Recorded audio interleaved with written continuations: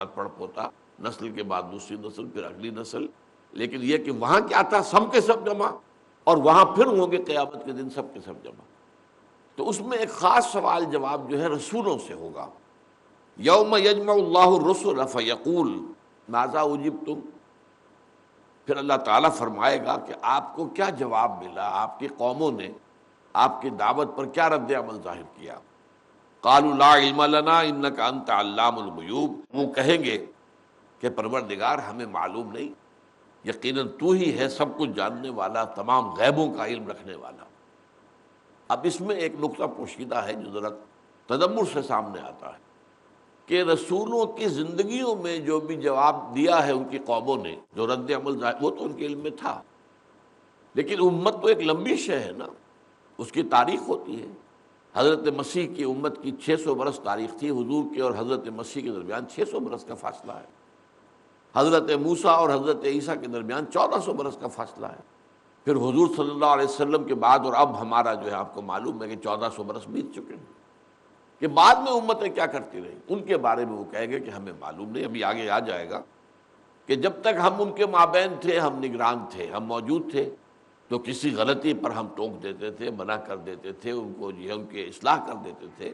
جب ہمیں تو نے موت دے دی، ہمیں اٹھا لیا، تو اب اس کے بعد انہوں نے کیا کیا یہ تو ہی جانتا ہے، ہمیں صحیح معلوم نہیں ہے۔ لا علم لنا انک انت علام الغیوب اذ قال اللہ، اب یہاں خاص مکالمہ جو شروع ہو رہا ہے حضرت عیسیٰ علیہ السلام کے ساتھ، چونکہ یہاں پر جیسا کہ میں بتا چکا ہوں کہ اصل خطاب جو ہے وہ نصارہ سے، عیسائیوں سے ہے۔ اذ قال اللہ یا عیسیٰ ابن مریم، جس وقت کہ کہے گا اللہ تعالیٰ، اگرچہ یہاں صیغہ جو ماضی کا ہے، لیکن یہ بارہا آپ کو بتایا ہے کہ قرآن مجید میں آخرت کے احوال کا ذکر بھی ماضی کے صیغے میں آتا ہے۔ اتنا یقینی ہے جیسے کہ ہو چکا، ماضی یقینی ہوتا ہے اور مستقبل جو ہے وہ غیر یقینی ہوتا ہے۔ ایک گمان ہے ایسا ہو جائے، ایک گمان ہے ایسا نہ ہو، لیکن یہ کہ قرآن مجید میں احوال قیامت یا احوال برزخ ان کا ذکر جو ہوتا ہے وہ ماضی کے صیغے میں ہوتا ہے، کہ جیسے کہ ہو چکا۔ اذ قال اللہ یا عیسیٰ ابن مریم، جب فرمائے گا اللہ اے مریم کے بیٹے عیسیٰ، اذکر نعمتی علیک وعلی والدتک، ذرا یاد کرو میری نعمت، میرا احسان، میرا فضل، میرا کرم جو ہوا تم پر اور تمہاری والدہ پر۔ اذ ایدتک بروح القدس، جبکہ میں نے تمہاری تائید کی، تمہیں مدد پہنچائی، تمہیں سہارا دیا روح القدس کے ذریعے سے، حضرت جبرائیل علیہ السلام۔ یہ میں نے ابھی کہا تھا کہ وہ روح القدس بھی ہے، روح الامین بھی ہے، نزل بہ الروح الامین علی قلبک، تو حضور کے قلب مبارک پر قرآن مجید کو نازل کرنے والے بھی روح الامین ہے حضرت جبرائیل۔ اور حضرت جبرائیل کا معاملہ خاص ہے حضرت عیسیٰ علیہ السلام کے ساتھ، کیونکہ انہوں نے ہی پھونک ماری تھی حضرت مریم سلام علیہا جسم میں، جس کے نتیجے میں کہ حمل ٹھہرا تھا۔ نفخنا فیہ من روحنا، تو جیسا کہ سورہ تحریم میں آیا ہے، ونفخت فیہ، یہ بھی واحد کے صیغے میں بھی آیا ہے۔ ایدتک بروح القدس، پہلی بات تو یہ، تکلم الناس فی المہد وکہلا، تو گفتگو کرتا تھا لوگوں سے جبکہ پگھوڑے میں تھا یا گود میں تھا ماں کی، اور پھر بڑی عمر کو پہنچ کر بھی۔ اب ظاہر بات ہے کہ یہ جو معجزہ ہے یہ میرے علم کی حد تک، میں نے بہرحال تھورولی تو مطالعہ نہیں کیا ہے اناجیل کا، لیکن یہ انجیلوں میں میرے علم کی حد تک مذکور نہیں ہے۔ قرآن مجید نے زیادہ وضاحت کے ساتھ بات بیان کی ہے کہ حضرت مریم سلام علیہا جب بچے کو لے کر آئی ہیں اپنی آبادی میں، تو اور ان کے اوپر ظاہر بات ہے کہ ایک طوفان کھڑا ہو گیا۔ یہ کیا لے آئی؟ یا مریم لقد جئت شیئا فریا، یا اخت ہارون ما کان ابوک امرأ سوء وما کانت امک بغیا، یہ کیا ہے؟ یہ کیا طوفان لے آئی ہو تم؟ اقرأ أخيا ورتل القرآن يا ضياء الصدور يا سراج البدور أحينا بالهدى من ظلام بزعمتم ہو نصارا تو تمدن میں ہنود، یہ مسلمان ہیں جنہیں دیکھ کے شرمائے یہود، یوں تو سید بھی ہو، مرزا بھی ہو، افغان بھی ہو، تم سب کچھ ہو، بتاؤ تو مسلمان بھی ہو۔ محترم ناظرین، مسلمان کو مسلمان بنانے کے لیے، وہ اخلاق و صفات جو رحمان کو پسند ہیں بتانے کے لیے، میں آپ کا دینی بھائی حافظ عبدالقدیر عمری پروگرام لے کر کے آیا ہوں صفات عباد الرحمن۔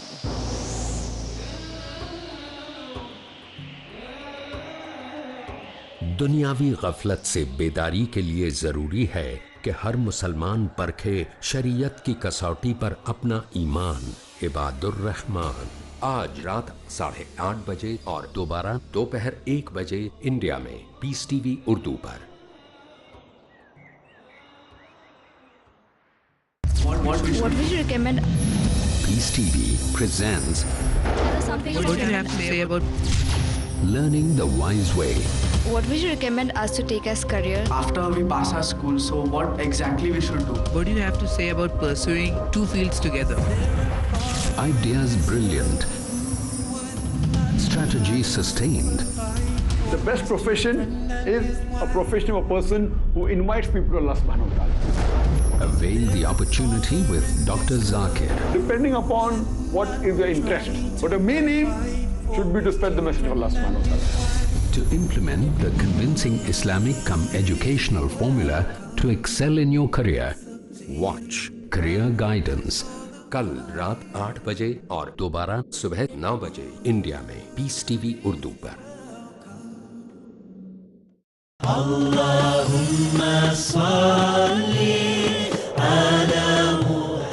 احادیث نبوی صلی اللہ علیہ وسلم۔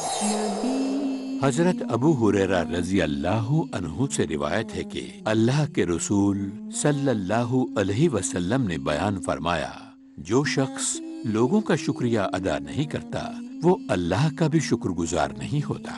سنن ترمذی کتاب البر والصلہ باب نمبر 35 حدیث نمبر 1954۔ اقرأ ورتل القرآن۔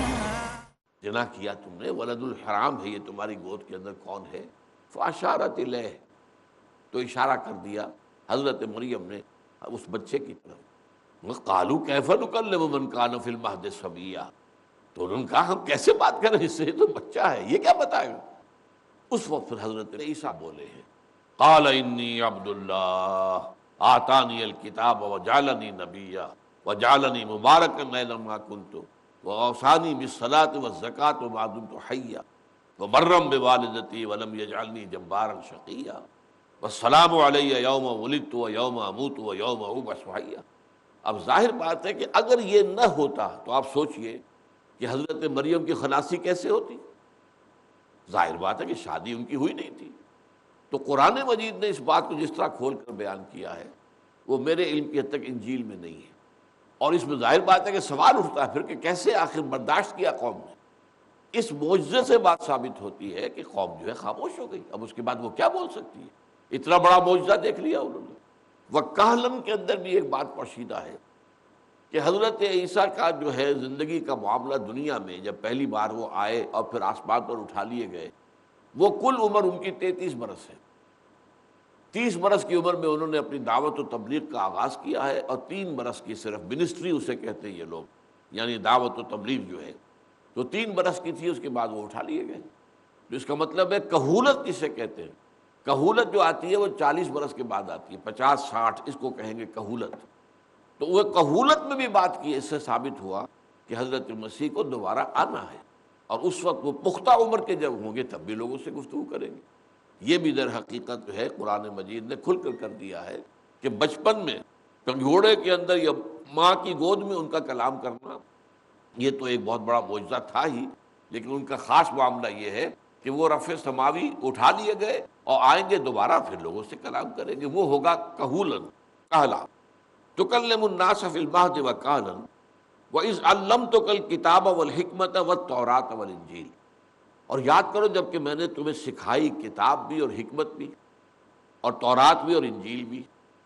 اب یہاں جو 4 چیزیں آئی ہیں ان میں ایک بڑا لطیف جو ہے ربط کیا ہے؟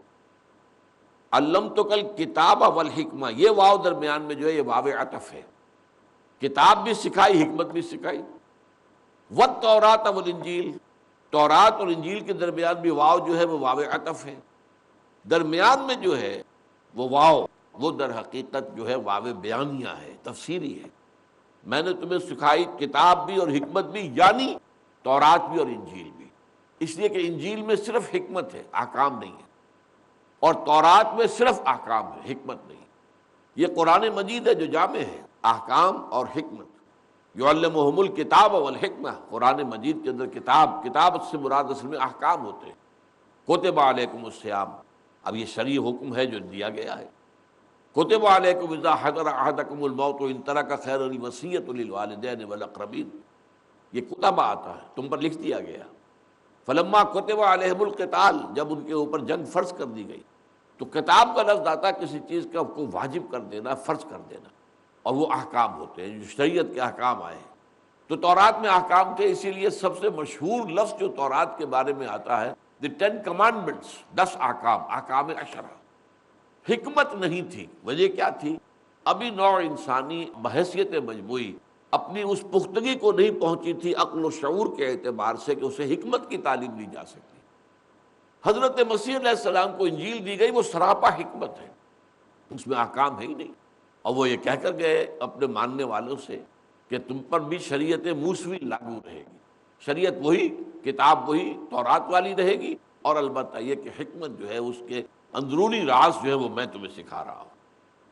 وَإِذْ تَخْلُقُ مِنَ الطِّينِ كَهَيْئَةِ الطَّيْرِ بِإِذْنِي، اور دیکھو یاد کرو جب کہ تم بناتے تھے گارے سے ایک پرندے کی شکل میرے حکم سے، میرے فیصلے سے، فَتَنفُخُ فِيهَا، پھر تم اس میں پھونک مارتے تھے، فَتَكُونُ طَيْرًا بِإِذْنِي، پھر وہ میرے حکم سے ایک اڑتا ہوا پرندہ بن جاتا تھا۔ اب یہاں پہ بِإِذْنِی کی تکرار آئے گی، اس میں زور دینا ہے اس بات پر کہ یہ نہ سمجھو کہ یہ کوئی ذاتی کمالات تھے عیسیٰ کے، یہ اللہ تعالیٰ کے حکم سے اللہ کی قدرت کا ظہور تھا۔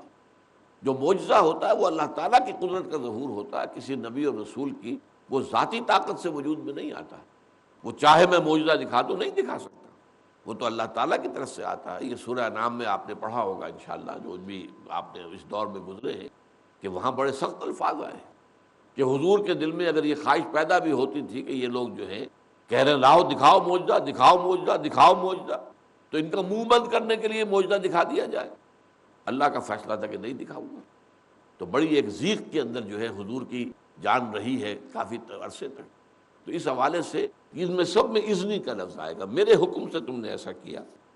وَتُمْرِئُ الْأَكْمَحَ وَالْأَبْرَصَ بِإِذْنِی، اور تم ٹھیک کر دیتے تھے، صحت مند بنا دیتے تھے مادرزاد اندھے کو بھی اور کوڑھی کو بھی میرے حکم سے۔ وَإِسْتُخْرِجُ الْمَوْتَىٰ بِإِذْنِی، اور جب تم قبر سے نکال باہر کرتے تھے مردہ کو میرے حکم سے۔ وَإِذْ كَفَفْتُ بَنِي إِسْرَائِيلَ عَنْكَ إِذْ جِئْتُهُم بِالْبَيِّنَاتِ، اور یاد رکھو، یاد کرو ذرا، جب میں نے بنی اسرائیل کے ہاتھ روکے رکھے تم سے جبکہ تم ان کے پاس بینات لے کر آئے۔ فَقَالَ الَّذِينَ كَفَرُوا مِنْهُمْ إِنْ هَذَا إِلَّا سِحْرٌ مُبِينٌ، تو جو ان میں سے کافر تھے جنہوں نے انکار کیا، کچھ لوگ تو ایمان لائے، کہتے ہیں 72 افراد ایمان لائے، جن میں سے 12 وہ تھے جو ان کے حواری ہیں، جو ہر وقت ان کے ساتھ رہتے تھے مستقل طور پر، گویا کہ صحابہ کے درجے میں جو ہے وہ 12 تھے، باقی ایمان لانے والے 72 تھے، واللہ عالم۔ تو باقی جو لوگ تھے انہوں نے انکار کیا، کفر کیا، انہیں جادوگر قرار دیا، انہیں کافر قرار دیا، انہیں مرتد قرار دیا، انہیں واجب القتل قرار دیا۔ تو اذ کففت بنی اسرائیل کا عنک اذ جئتہم بالبینات فقال الذین کفروا منہم، اور یہ کہا انہوں نے ان میں سے ان لوگوں نے جنہوں نے کفر کیا تھا، ان ھذا الا سحر مبین، یہ معجزے کیا ہیں، یہ تو جادو ہے اور یہ جادوگر ہے اور جادو کرنا حرام ہے، تو یہ حرام کام کا مرتکب ہو گیا ہے، لہذا یہ کافر ہے، مرتد ہے، اس کو قتل کر دو۔ اور یہ آپ کو معلوم ہے کہ حضرت مسیح علیہ السلام کو اللہ نے بچایا، اور عین جب کہ ان کو وہ گرفتار کیا جا رہا تھا تو جو شخص مخبری کر کے لایا تھا فوجیوں کو گرفتار کرانے کے لیے، اس کی صورت بنا دی گئی حضرت مسیح کی سی، اور حضرت مسیح کو اسی وقت فرشتے جو ہے آئے، چھت پھٹی ہے جس وہ کوٹری کے اندر تھے اور عبادت کر رہے تھے، اور انہیں اٹھا کر لے گئے۔ اور وہ شخص سولی چڑھا ہے جس نے غداری کی تھی، جس نے بٹرے کیا تھا، جس نے گرفتار کرایا تھا، جس نے مخبری کرائی تھی، تھا ان کے 12 حواریین میں سے۔ اصل میں اسے یقین یہ تھا، بلکہ چونکہ وہ تھا ایک تحریک اس زمانے میں چل رہی تھی، زیلوٹس کہلاتے ہیں، وہ یہودیوں میں نوجوانوں کی ایک زیر زمین انڈر گراؤنڈ موومنٹ تھی جو کہ رومیوں کے خلاف تھی۔ ان کا سردار تھا برابس. تو برابس جو ہے وہ بھی قید میں تھا اور حضرت مسیح کی جگہ وہ اسکاریوٹ بھی قید میں آیا ہے. بہرحال وہ جو ہے یہ شخص بھی اسکیریوٹ جو تھا، جیوڈاس اسکیریوٹ، یہ برابا ڈاکو کا ساتھی تھا. اسے وہ ڈاکو کہتے تھے کیونکہ باغی تھا رومن امپائر کا. اس سے اس نے کہا تھا کہ مجھے یقین ہے کہ اگر مسیح جو ہے اگر پہاڑ سے کہے ٹل جا وہ ٹل جائے گا. اتنا یقین تھا حضرت مسیح پر. اس کی خواہش یہ تھی کہ حضرت مسیح قرض کریں رومیوں کو، بد دعا دیں. اگر مسیح ایک مرتبہ بھی بد دعا دے دیں گے رومیوں کو، رومی برباد ہو جائے گا. یہ یقین تھا اس کو. اس لیے اس نے پکڑوایا کہ انہیں تکلیف ہو، انہیں مار پڑے. ایسے تو ماننے کو تیار نہیں ہے، یہ جو ہے وہ بد دعا دینے کو تیار نہیں ہے رومیوں کو. پھر جب انہیں پرسنل تکلیف ہوگی تو پھر ظاہر بات ہے کہ ان کے منہ سے بد دعا نکلے گی اور اس بد دعا کے نتیجے میں رومی برباد ہو جائیں گے، ہم آباد ہو جائیں گے. لیکن بہرحال اس کے بعد ایکٹ آف بیٹریل، حضرت مسیح علیہ السلام کو گرفتار کرانے میں تو وہ شخص ہے کہ جو سولی چڑھا ہے. تو حضرت مسیح علیہ السلام کو تو اللہ نے بچائے رکھا. وَإِذْ أَوْحَيْتُ إِلَى الْحَوَارِيِّينَ أَنْ آمِنُوا بِي وَبِرَسُولِي، اور یاد کرو جب کہ میں نے وحی کی تھی حواریوں کو کہ ایمان لاؤ مجھ پر بھی اور میرے رسول پر بھی. اب یہ وحی کون سی ہے؟ یہ وحی خفی جو ہوتی ہے، الہام ہو جاتا ہے. وحی خفی وہ غیر نبی کو بھی ہوتا. حضرت موسیٰ کی والدہ کو ہوا تھا. اسی وحی خفی کے پر عمل کرتے ہوئے تو حضرت موسیٰ کو صندوق میں ڈال کے اور دریائے نیل کی موجوں کے حوالے کر دیا تھا والدہ نے. تو یہ وحی جیسے کہ آتا ہے یہ تمام ذی حیات جتنی چیزیں ان سب کو ہوتی ہیں. جو کہا قرآن مجید میں کہ شہد کی مکھی کو اذ اوحینا الی النحل، تو اس حوالے سے وہ وحی ہے. یہ نہیں کہ وہ سب کے سب رسول تھے یا نبی تھے. اذ اوحیت الی الحواریین ان آمنوا بی وبرسولی، جبکہ میں نے اشارہ کیا تھا یا دل میں بات ڈال دی تھی حواریین کے کہ ایمان لاؤ مجھ پر بھی اور میرے رسول پر بھی. قالوا آمنا واشہد باننا مسلمون، ان کا ہم ایمان لے آئے اور آپ گواہ رہیے گا اے مسیح علیہ السلام، آپ اللہ کے یہاں گواہی دیجیے گا کہ ہم مسلم ہیں، ہم نے اطاعت قبول کر لی ہے. اقرأ أخيا ورتل القرآن.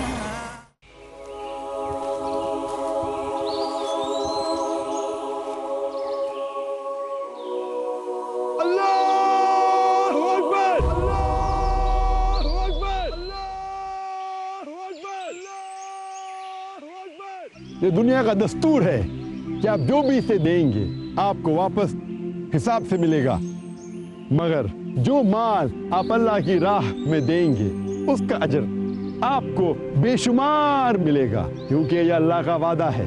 آئیے آپ بھی بے حساب اجر و ثواب کے مستحق بن جائیے. پیس ٹی وی اردو کا تعاون کریں. آپ اپنی زکوٰۃ اور امداد کی رقم بھیج سکتے ہیں IRFI Al Rayan bank, quadrant code 48 Calthorpe road, Birmingham UK، post code B151TH، pound account number 011323301، euro account number 011323302، US dollar account number 011323303، sort code 300083، swift BIC code IBOBGB22، IBAN GB52 Lloyd 30963401024192. Telephone کے ذریعے رقم بھیجنے کے لیے +442082424321. آپ اپنی بھیجی ہوئی امداد کی جانکاری admin@peacetv.tv پر دیں. پیس ٹی وی اردو کا تعاون کیجیے.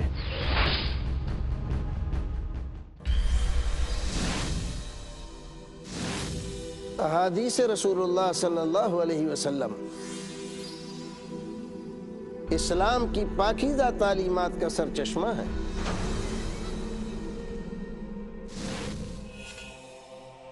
دشمنان اسلام کا ایک گروہ اس پاکیزہ چشمے کو گدلا کرنا چاہتا ہے.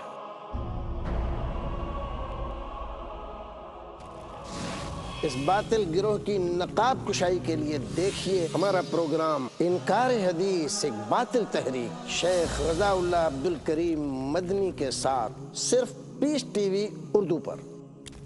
اللهم صل على محمد، اللهم بارك على محمد.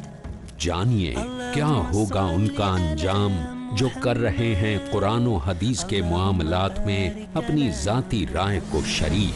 انکار حدیث ایک باطل تحریک، ہر بدھ رات 11:30 بجے اور دوبارہ دوپہر 12:30 بجے انڈیا میں پیس ٹی وی اردو پر.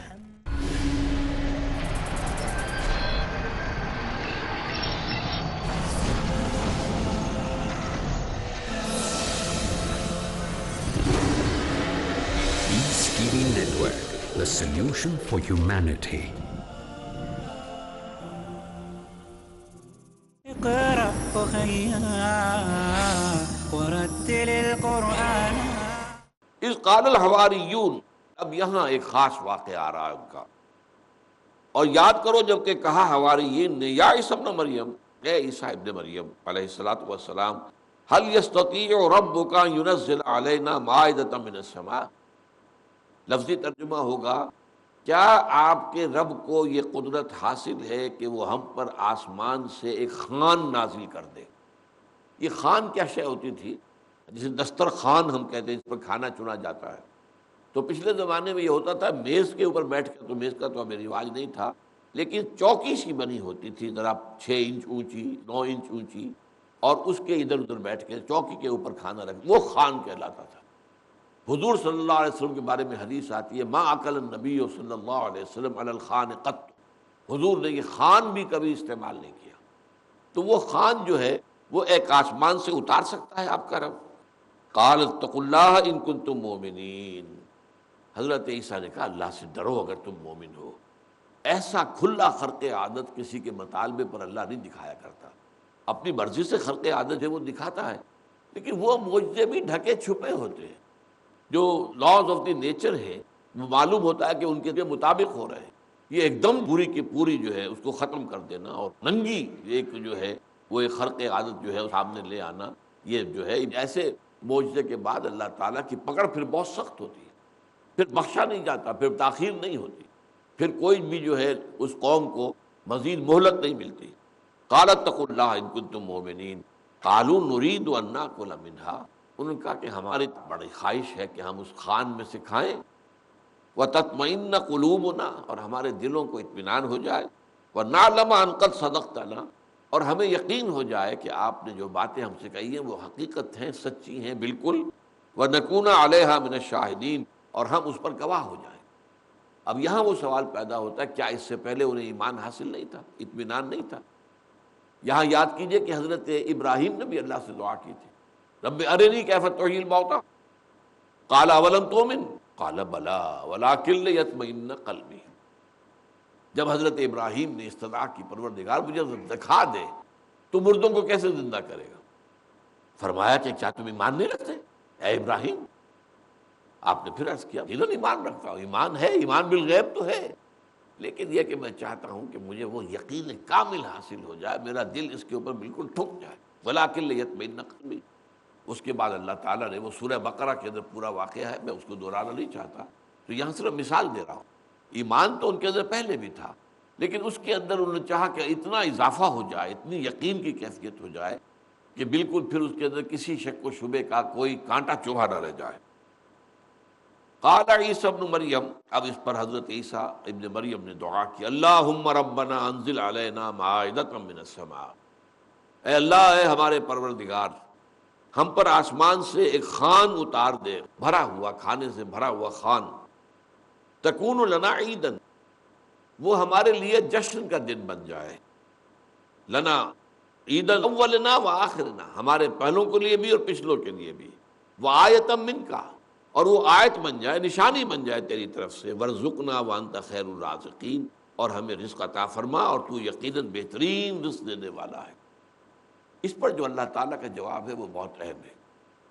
قال اللہ انی منزلها علیکم، اللہ نے فرمایا ٹھیک ہے وہ تو میں کر ہی دوں گا، میں لازماً تم پر وہ جو ہے خوان اتار دوں گا. فمن یکفر بعد منکم، پھر اس کے بعد بھی تم میں سے اگر کسی نے کفر کا ارتکاب کیا اور ناقدری کی ہماری تعلیم کی، فإنی أعذبه عذابا لا أعذبه أحدا من العالمین، تو پھر میں ان کو وہ عذاب دوں گا جو تمام جہان والوں میں سے کسی کو نہیں دوں گا. یعنی اتنا بڑا تم نے مطالبہ کیا ہے، جس طریقے سے یہودیوں نے کہہ دیا تھا حضرت موسیٰ سے ارنا اللہ جہرۃ، ہمیں دکھا اللہ، تو کہتا ہے اللہ سے تیری ملاقات ہوئی ہے، ہمیں بھی دکھانا. اور یہ جو ہے اس کے اوپر آپ کو معلوم ہے صاعقہ ان کے اوپر آیا، ان سب کے اوپر موت طاری ہو گئی تھی، پھر اللہ نے انہیں دوبارہ زندہ کیا. تو اس طرح کا مطالبہ جو ہے اللہ تعالیٰ کی عام سنت نہیں ہے کہ اس کو مانا جائے. لیکن یہاں اللہ تعالیٰ نے حضرت عیسیٰ علیہ السلام کی درخواست جو ہے وہ چونکہ بہت ہی یوں سمجھیے کہ عاجزانہ درخواست تھی، تو ان کو اللہ نے مان تو لیا، انی منزلها علیکم فمن یکفر بعد منکم فانی اعذبہ عذابا لا اعذبہ احد من العالمین، اتار تو میں وہ دوں گا تم پر، ظاہر بات ہے اللہ کی قدرت سے بعید نہیں ہے، لیکن پھر تم میں سے اگر کسی نے کفر کی روش اختیار کی تو اسے پھر وہ عذاب دوں گا جو کسی کو نہیں دوں گا تمام جہان والوں۔